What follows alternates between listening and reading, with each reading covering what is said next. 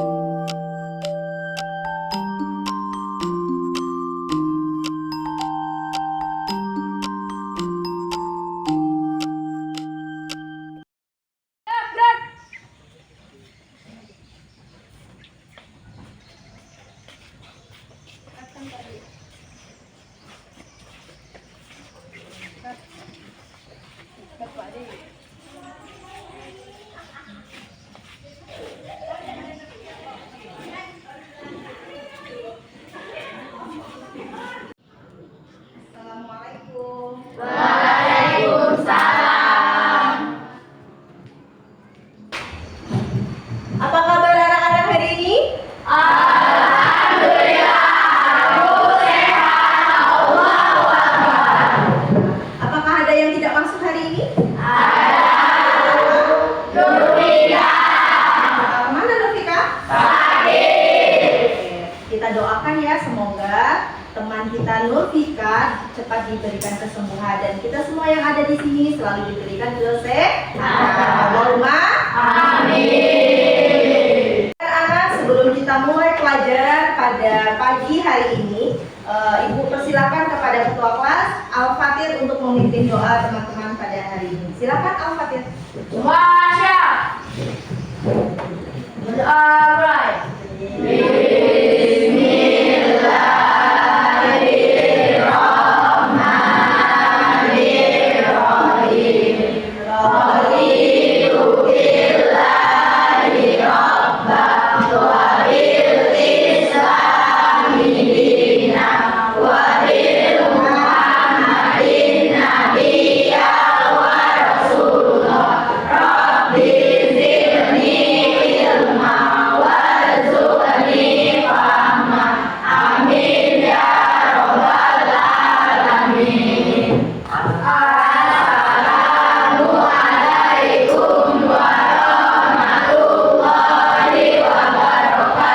Waalaikumsalam warahmatullahi wabarakatuh. Sudah siap untuk belajar? Oke, kalau gitu Ibu mau tes dulu semangatnya. Ya, kita tepuk semangat dulu. Coba, tepuk semangat.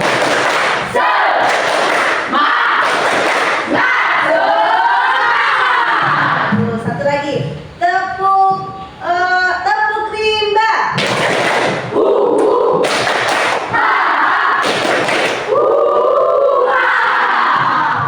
Anak-anak, jika minggu lalu kita sudah belajar mengenai latar belakang masa kepemimpinan Khulafaur Rasyidin. Nah, kira-kira sekarang siapa yang masih ingat apa yang terjadi dengan umat Islam pada saat itu setelah wafatnya Nabi Muhammad SAW? Ya, silakan berdiri Olive. Oke, betul ya. Jadi pada saat setelah Nabi Muhammad SAW wafat, maka kondisi umat Islam itu rapuh, mudah, goyah, sering bertengkar karena tidak ada lagi yang memimpin atau yang mengatur umat Islam. Siapa yang masih ingat ya di pelajaran minggu lalu tokoh yang dinobatkan sebagai Khulafaur Rasyidin? Siapa? Ya, Lala. Rasyidin, Ya. Umar bin Khattab, Usman bin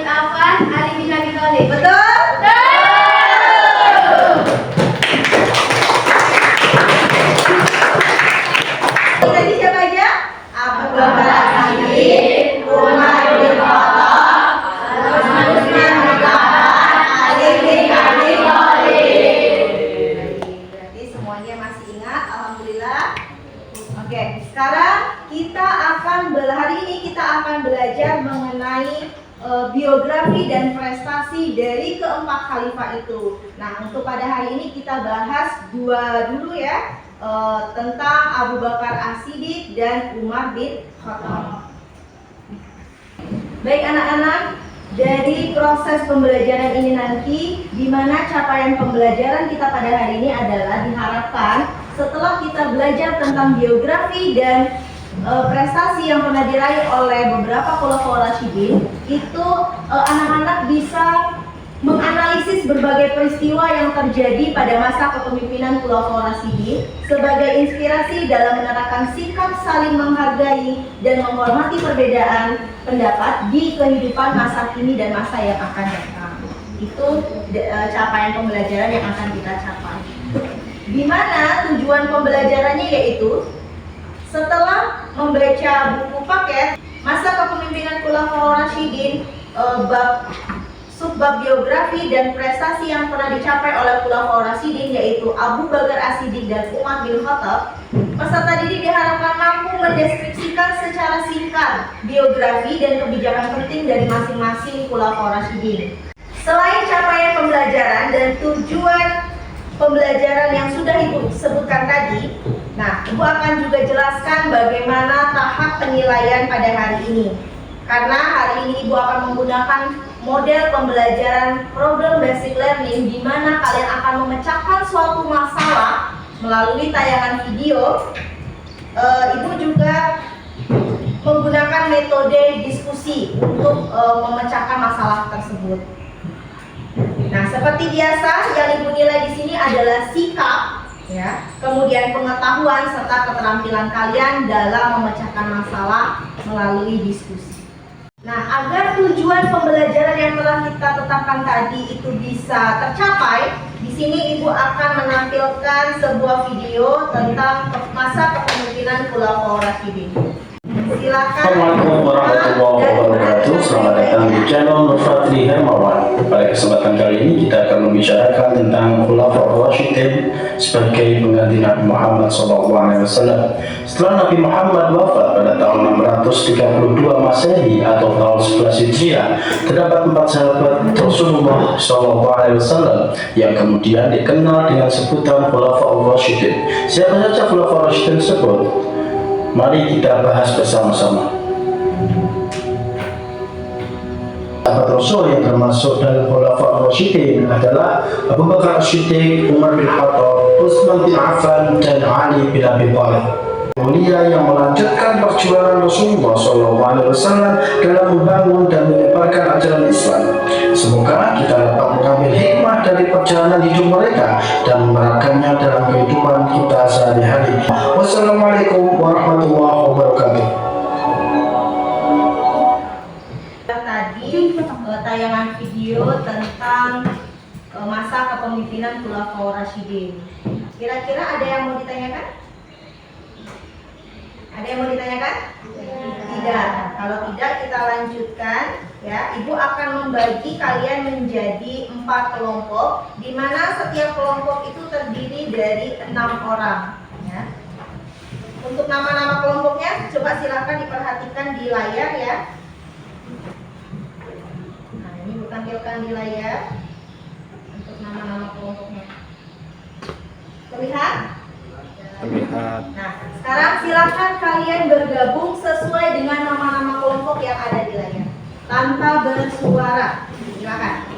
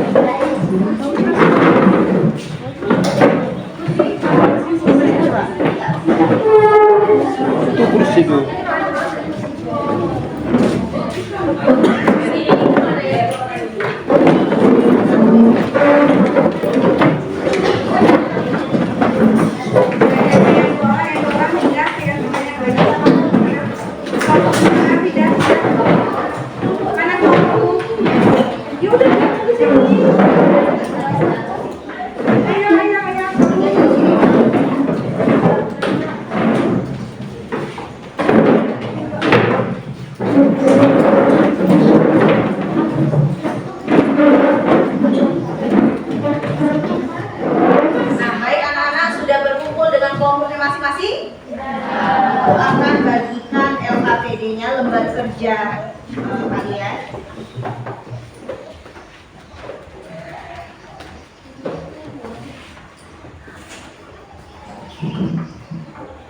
Lembar kerjanya, ini bukunya. Jadi selain melalui tayangan video tadi, apabila nanti ada informasi yang belum lengkap, kalian bisa dapatkan melalui buku paketnya.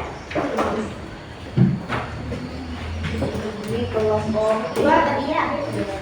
Ini LKPD-nya, ini bukunya.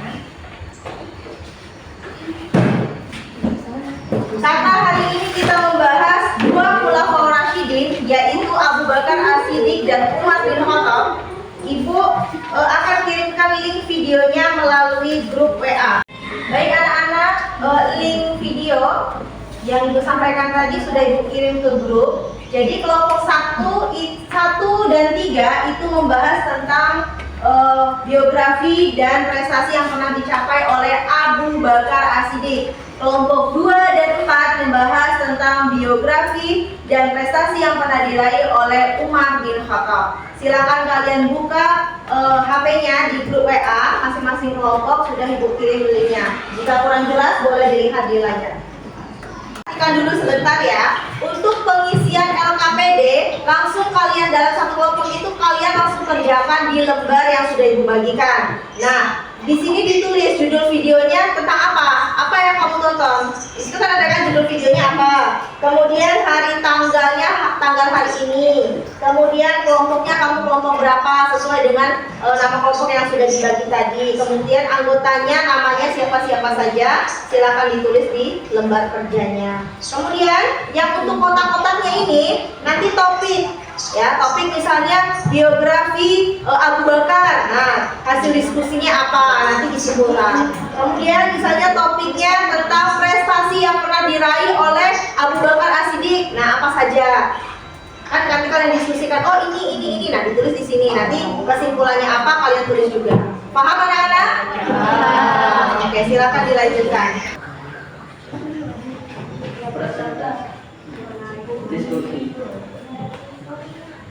Apa ada yang ingin ditanyakan? Bu, ini gimana,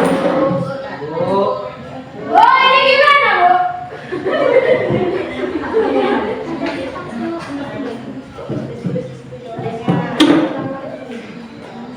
Silakan videonya ditonton. Oke, Bu. Ya, Ibu.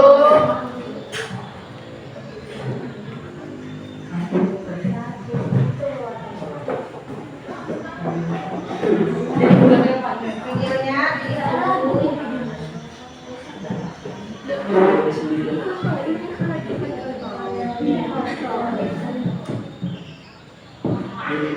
Nanti kalau kurang jelas di buku ada ya, silakan di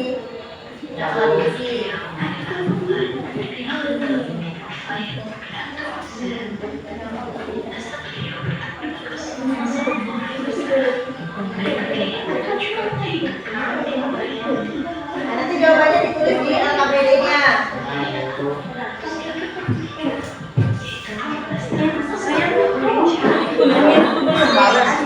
Ingat ya, judulnya sesuai dengan video yang ditonton.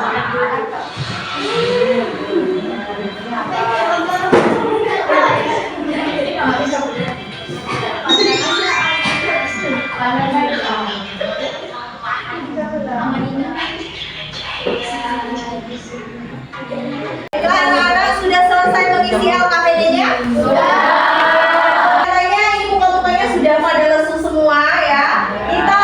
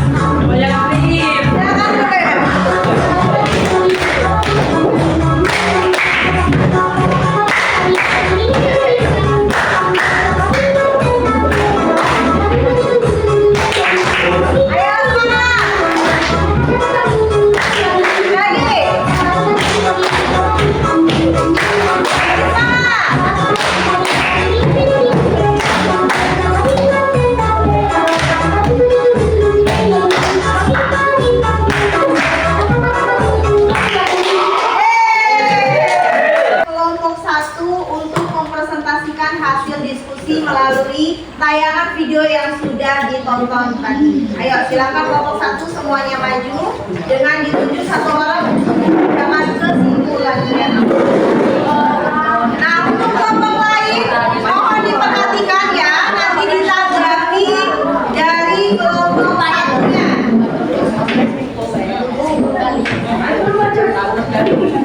Silakan disimak. Assalamualaikum warahmatullahi wabarakatuh. Waalaikumsalam warahmatullahi wabarakatuh. Kami dari kelompok 1 ingin mempresentasikan hasil diskusi kami yang dengan topik biografi dan prestasi Abu Bakar Asyidin. Melalui tayangan video yang telah kami simak, dapat kami simpulkan bahwa A. Nasab Abu Bakar bertemu dengan Nabi Muhammad pada kakeknya Murrah.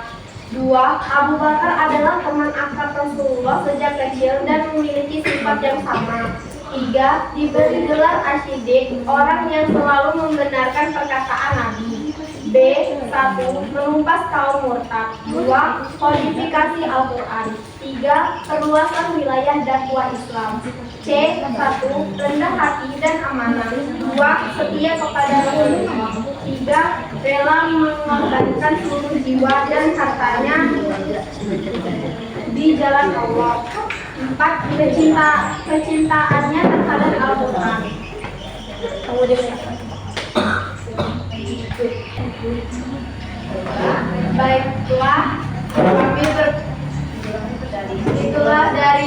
Itulah diskusi dari kelompok kami. Apakah ada yang ingin ditanya? Untuk kelompok lain menanggapi jika ada yang ingin bertanya. Kenalan dulu dari kelompok mana? Perkenalkan, kami dari kelompok 3 ingin bertanya. Menurut kelompok kalian apa saja tantangan yang dihadapi Abu Bakar selama beliau menjadi pemimpin umat Islam? Apa tantangan Abu Bakar selama Abu Bakar menjadi pemimpin pengganti Rasulullah? Silakan, siapa yang mau jawab? Ya, silakan dijawab. Banyak sekali tantangan yang Abu Bakar hadapi, salah satunya memberantas nabi palsu yang beredar setelah wafatnya Rasulullah, seperti Musailamah Al-Kadzdzab, Tulaikha, dan Sariyah. Mereka menyesatkan umat dan menantang otoritas Islam. Nah, untuk mengatasi, Abu Bakar mengirim pasukan militer melalui perang Riddah untuk memadamkan pemberontakan dan memerangi nabi-nabi palsu tersebut. Selain itu, setelah banyak menghafal Quran gugur dalam perang Yamamah, maka Abu Bakar memutuskan untuk mengumpulkan ayat-ayat Al-Quran dalam satu mushaf guna menjaga rahasianya, sehingga saat kita dapat menikmati membaca Al-Quran dalam sebuah buku yang telah tersusun rapi. Paham kelompok 3? Oke, untuk kelompok yang lain silakan ditutup dulu. Sekian dari kami. Kami akhiri. Wabillahi taufiq wal hidayah. Wassalamualaikum warahmatullahi wabarakatuh. Waalaikumsalam warahmatullahi wabarakatuh. Selanjutnya untuk kelompok 4.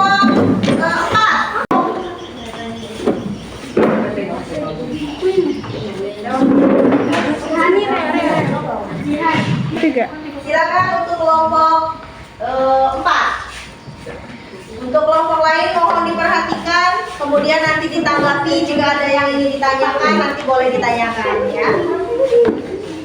Bareng-bareng semuanya. Assalamualaikum warahmatullahi wabarakatuh. Waalaikumsalam warahmatullahi wabarakatuh. Kami dari kelompok 4 ingin mempresentasikan diskusi dari kami. Mengenai topiknya apa? Mengenai topik biografi Umar bin Khattab, yaitu nasab Umar bertemu dengan kakek Nabi yang ketujuh, yakni Ka'ab. Umar merupakan kaum musyrikin paling keras yang disegani banyak orang. Dijuluki Al-Faruq, yakni pembeda. 2. Prestasi yang pernah diraih yaitu membentuk pemerintahan yang adil, membangun Masjid Amr bin As, menetapkan kalender Hijriah. 3. Sifat kepemimpinan dari Umar bin Khattab yaitu tegas dan adil, pemimpin yang peduli dengan rakyatnya. Diskusi dari kelompok kami.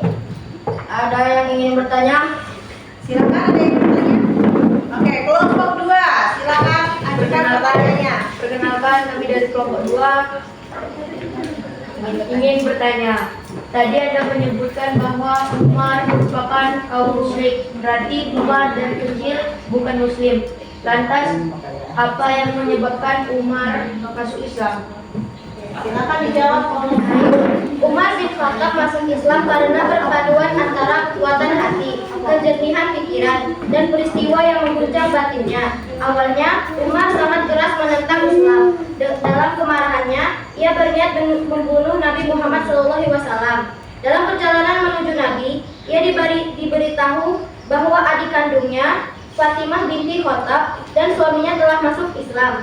Ia pun mengalihkan langkah ke rumah mereka.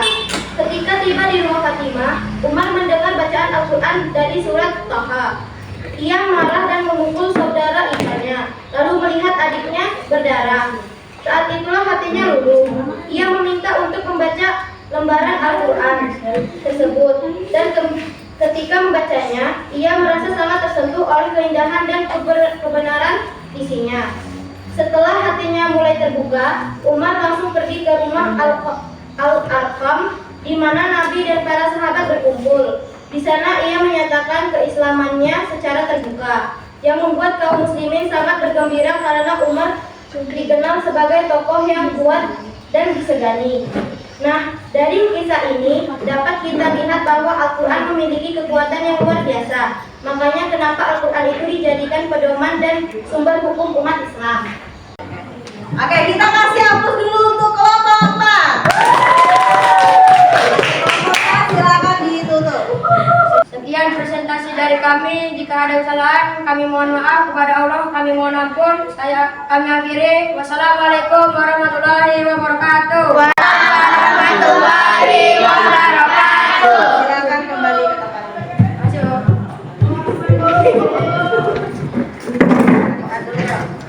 Nah, baik anak-anak, tadi sudah semua ya presentasi dari kelompok 1 sampai kelompok 4. Ya, sekarang silakan kembali ke tempat duduk masing-masing seperti semula di awal tadi. Silakan. Tanpa bersuara. Sebelum kita akhiri pembelajaran ini, kita simpulkan dulu secara keseluruhan mengenai topik yang sudah kita bahas sebelumnya tadi. Nah, sekarang coba jawab siapa yang bisa atau yang tahu ya. Kira-kira sifat kepemimpinan apa yang ada pada Abu Bakar As-Siddiq? Siapa yang bisa jawab? Ya, boleh, silakan berdiri Nadia. Apa jawabannya? Yang pertama, setia kepada Rasulullah. Oke. Kedua, rendah hati dan amanah. Yang ketiga, rela mengorbankan seluruh jiwa dan hartanya di jalan Allah. Oke. Yang keempat, kecintaannya terhadap Al-Quran. Oke, betul ya. Nah, kita kasih tepuk tangan dulu. Saya akan jawab pertanyaan dari Ibu. Oke, siap-siap untuk pertanyaan yang kedua. Yang bisa jawab apa saja sifat kepemimpinan dari Umar bin Khattab?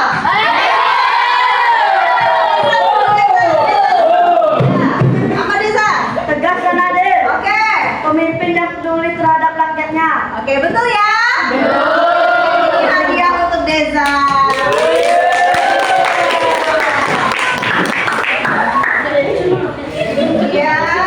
Kemudian pertanyaan selanjutnya ini,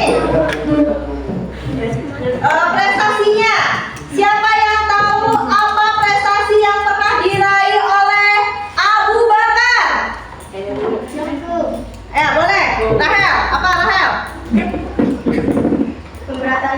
Memberantas kaum mustaq, meluaskan dakwah Islam, kodifikasi Al-Quran. Oke, betul ya? Hadiah untuk kalian. Satu pertanyaan lagi ya, kita sudah. Apa prestasi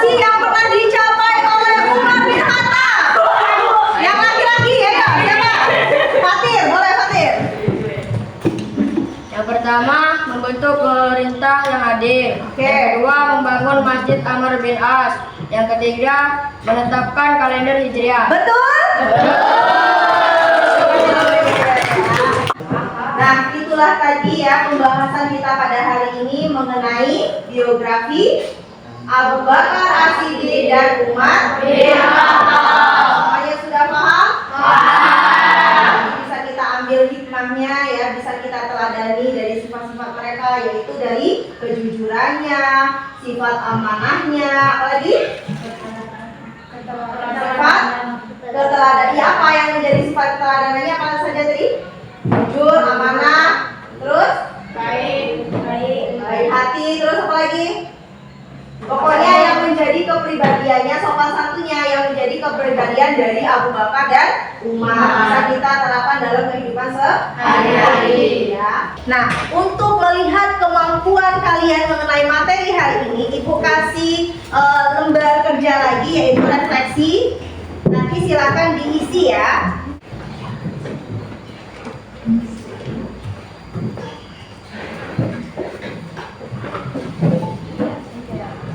Silakan direnungkan kira-kira tahapan apa saja yang telah kamu alami dalam pembelajaran hari ini. Kemudian apa sih upaya yang kamu harapkan untuk pembelajaran berikutnya? Nah, silakan direnungkan. Sudah selesai anak-anak? Sudah. Sudah selesai, silakan dikumpulkan di depan.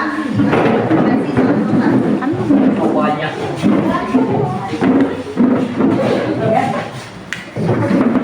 Tadi materi kita hari ini dengan topik biografi dan prestasi Abu Bakar dan Umar bin Khattab. Nah, untuk materi selanjutnya silakan kalian baca dulu buku paketnya ya, mengenai biografi dan prestasi Utsman bin Affan dan Ali bin Abi Thalib, sehingga nanti pas kita masuk di minggu depan kita akan lebih mudah untuk mempelajarinya lagi.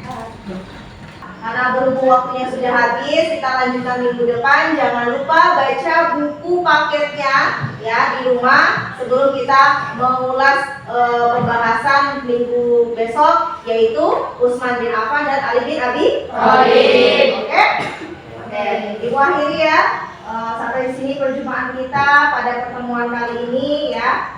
Mohon maaf apabila ada kesalahan. Ibu akhiri. Wabillahi taufiq wal hidayah. Wassalamualaikum warahmatullahi wabarakatuh. Waalaikumsalam.